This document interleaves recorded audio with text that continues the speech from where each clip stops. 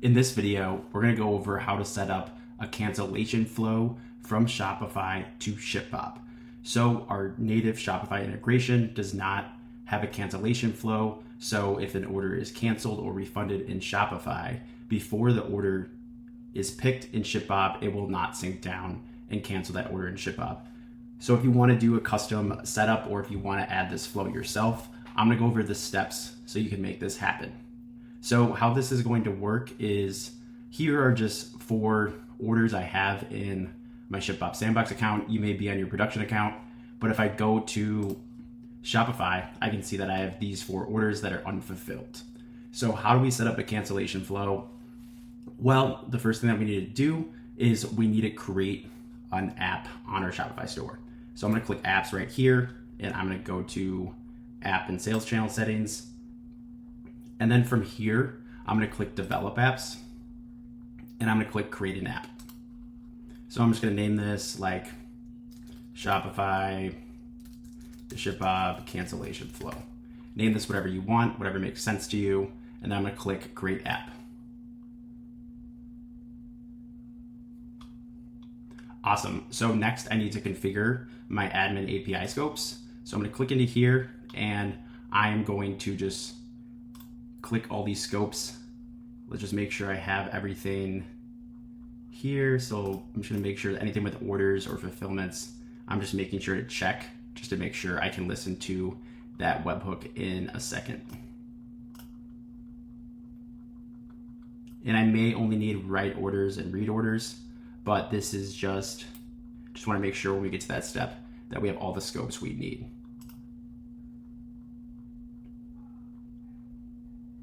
Awesome. So I'm just going to click these and we should be good to go. So I'm going to scroll back up and click save. Awesome. So then if I click app settings right here, I'm going to go to app settings, and then I need to go to install app. So I'm going to click install.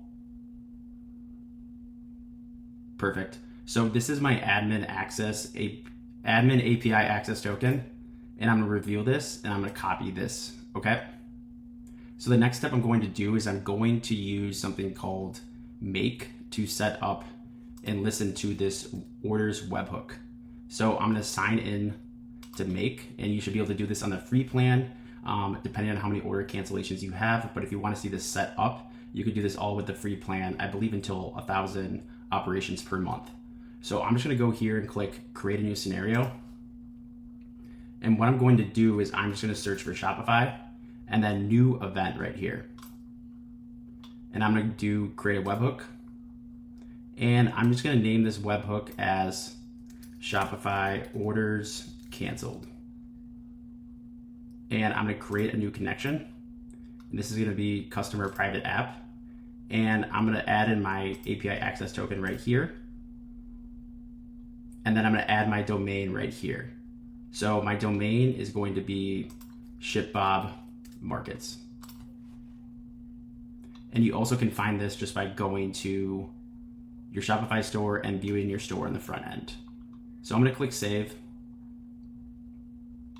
Awesome. So the event I want to listen to is orders canceled. Perfect. So I have this address, and this, whenever an order is canceled on Shopify, it's going to fire this webhook. Okay. So what I want to do now is I'm going to click OK. Okay. And the next step I want to do is I want to add another module, and I want to add the HTTP module and then go down to make a request. Awesome. So I'm just going to click this as no. And then I want to make a request to cancel this. So what I need to do is I need to go to the ShipBob developer API. So I'm going to open this in a new tab. I'm going to go to API reference, and I'm going to go to orders, and I'm going to find cancel one shipment by shipment ID. So I'm going to copy this right here, and I'm going to go back to Make, and I'm going to put this URL in, and what I want to do is I want to add a shipment ID right here. Okay, So this is going to be the shipment ID that I want to use to make my cancellation request. Okay, so then this is also going to be a post. And I want to also add my authentication from ShipBob. So this is going to be authorization, bearer, and then I need to pass right here my token from ShipBob. So I'm going to go back to my ShipBob dashboard. And what I'm going to do is go to integrations, API tokens, and I'm going to click generate new token. Or if you already have your token, you can do that as well.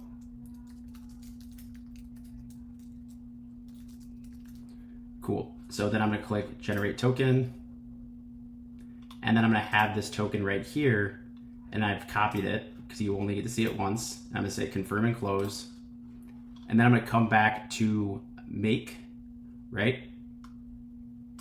And the first request I want to make, so I'm just going to clone this real quick and just make sure I have the right channel ID. So I'm going to put this over here. And I'm going to say rename this to get channel. And then I am going to say no. And what I want to do is add this create channel endpoint that I can also find if I navigate back here and I do get this channel's endpoint. So I have that. I want to do a get request, and then I'm going to do authorization, bearer, and then I want to pass this token that I just used to get my channel and make sure that this API request works. So I'm going to click OK, and then I am going to save this, and I'm going to run this once. So we got a 401, and the reason we got a 401 is that because this tutorial I'm using a ShipBob Sandbox account, I need to put Sandbox API. Okay, so I'm going to click save. And I'm going to run this again. You can see that I got a 200 code. So I'm going to go to data and look at each of these. So I have ShipBob markets. And the one I want to use starts with privileged access token. So the channel ID is 80800.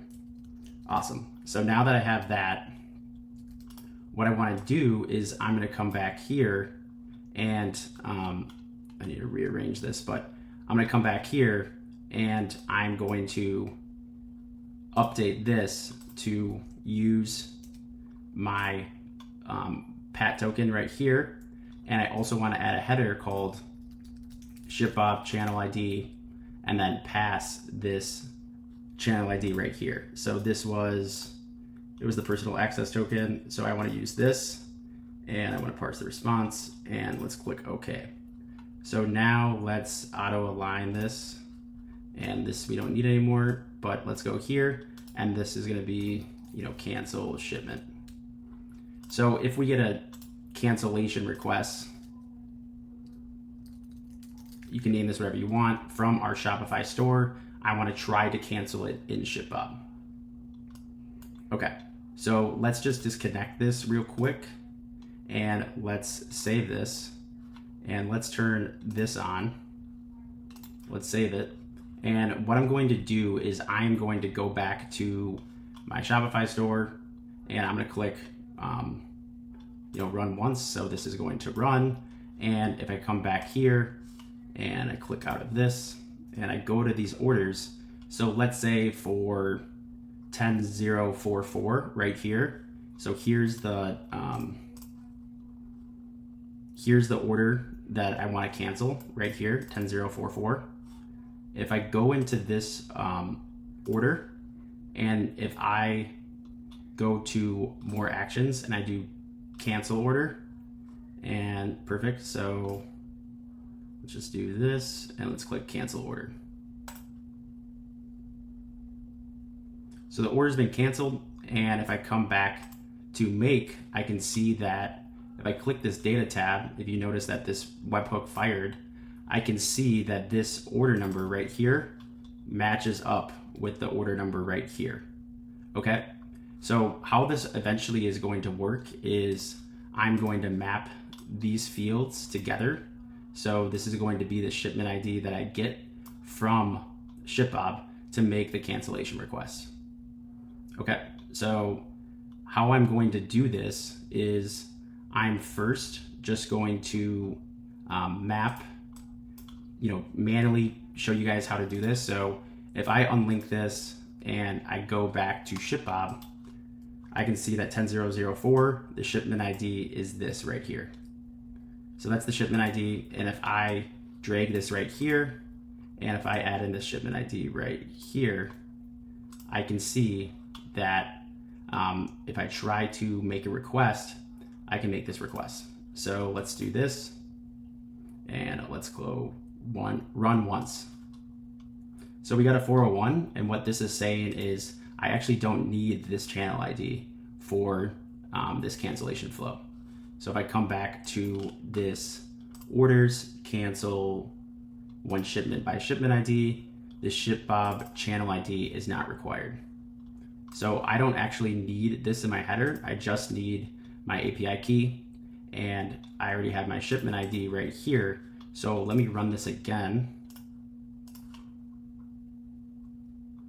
And this also failed because I need to update this to Sandbox API. So let's try this one more time. And I got a 200. So the order was successfully, or the shipment was successfully canceled. So if I come back to my ShipBob Sandbox account and I refresh the page,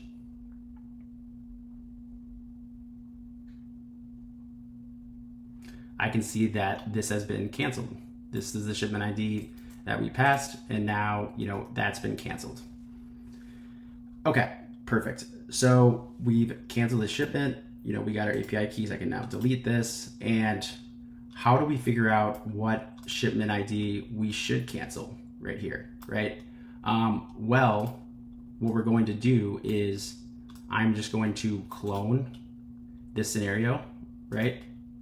And I am going to update this, unlink this, and I'm going to update this.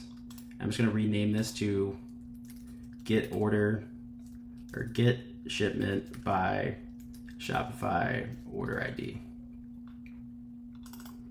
Get ShipBob shipment ID by Shopify order ID. So let's just bring this over here for a second and bring that over here. Okay, so we want to get this. So what I'm going to do is I'm going to do this and order, and this is going to be a GET request. Okay, and if I come back to our API, I'm going to do GET orders, and I want to add in the reference IDs. Okay, so this is going to be a query string, and I want to add in the value of this order ID in ShipBob. So if I go back to ShipBob and I click into this shipment that's already been canceled, and I scroll down to view store record, and if I look at, I don't know if this has the reference ID in it, but give me a second. So it looks like the reference ID is not in here. Shipping address, shipping lines, tags. So it's not in here, but I also can just reference this for this shipment. What is the order's ID or the order ID? So let's just look at the master order number real quick. That's another way to do it. So let's do this, and I'm gonna do a GET request, and I'm going to click OK. And if I run this and I look at this, I can see that we have the shipments array. So what I want to do is add an iterator field, and I am going to map, we get this data, I want to map this shipments. Cool, so let's do this. So let's run this again. So I can see that this ID right here is the same ID as right there. Cool. And I can also see that in this right here, we have this reference ID. Okay. And this reference ID is how we can search for the order ID in Shopify. Okay. So maybe this isn't making sense. Maybe it will in a second, but I'm also going to clone this. And then I'm gonna say, hey, let's get data, or we don't need to do this. So let me just delete this real quick. So let's bring this over here and let's do this, okay? So we have this right here, and this is the order that we just looked up, but I just can keep this as order, and I can add a query string for reference IDs, and then I can pass this value as the ID. So we want to search for this order based on the Shopify order ID, because that's the reference ID in ShipBob. And then from that, we want to iterate each shipment, okay? And we want to iterate each shipment, and then we're going to cancel that shipment. So if I put this right here, and then we're going to submit a cancellation request. Okay. So we have this, and now let's try to see. Let me just double check everything's good. We're searching by the reference IDs. We're going to iterate each shipment that we get, and we're going to cancel the shipment. Okay, so perfect. And this is bugging me, so I'll just say get ShipBob shipment ID. Maybe that makes it make more sense. Let's save this. Let's auto align it. Okay, so now after saving, I'm going to try to cancel another order and see if this flow runs. So I have this order right here, right, for medium roast and light roast, and that is order 10045. And if I come back to Shopify, if I have 10045, right, if I take this, and let's try to see this in real time. So I'm just gonna pull this down, okay? And I'm gonna go like this, kind of a dual screen action. And I am going to cancel it. So let's say run once. And let's come over here, more actions, and let's cancel the order. So let's refund it. This is just a test, but let's cancel that order. And so the order's been canceled, and you can see that this has ran, right? But something didn't fire. So we're getting an order cancel event. We're getting the ShipBob shipment ID. We're getting each shipment. So this is from data.shipments. So that iterator that I had before, right? So that iterator that I had before, I just need to clone this again. And what we're basically doing is we're saying, hey, let's get this data, and then let's iterate on this, the shipments. And then we're gonna use that to get the shipment ID right here. Okay, let's click OK, and let's auto align this. And so this one was just another test. So let's, iterate orders, iterate shipments, and then we're gonna make this cancellation request. Okay, so let's try one more time we just tried with 10045, but they're just gonna take some testing. So let's try, if I put this back in here, let's go back over here, and let's try for, I believe it would be 10046. Let's try 10046. So let's go into 10046, and I'm just gonna pull this down, and let's go back here, and cool. So 10046, let's do run once, and more actions, and let's do cancel order.